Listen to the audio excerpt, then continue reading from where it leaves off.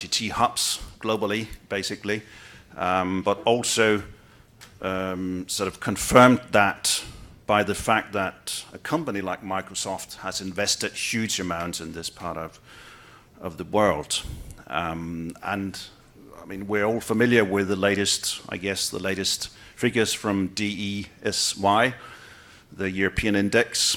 And here we have picked the Baltic Sea countries, at least most of them, or those that are members of the European Union. And here you can see that countries like, well, it's traditionally the Nordic countries, also when it comes to World Economic Forum indexes, that are very high, have very high scores in these areas when it comes to digital readiness, etc., use of internet, digital public services, e-government. Of course, also Estonia is very strong in these areas.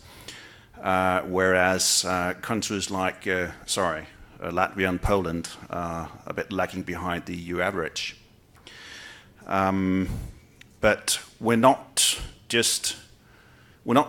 only good in the digital area, we also have open economies, we have very, very well-educated workforces, and we also, in this part of Europe, have long traditions for cross-border cooperations, informal networks across borders, and not least also public-private dialogue in many topics between society and industry.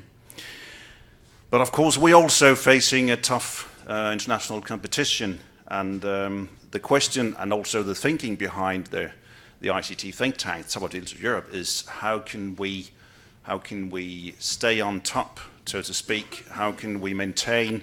How can we stay competitive? But not just that, also how can we inspire the rest of Europe with good examples?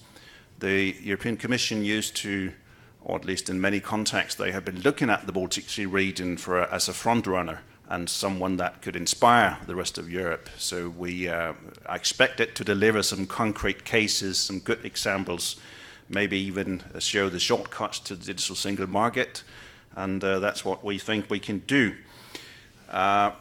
We should not, of course, duplicate what's going on in the European digital agenda process. We should learn from it, but also, of course, we should, as I said, inspire the other way around and show what we can do.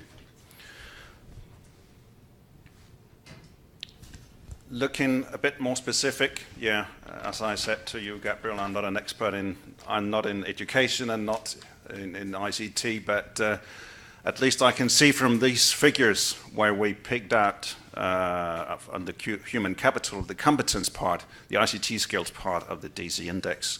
There you can see that also here we are pretty good. We are somehow very good prepared to meet the new challenges when it comes to e-skills.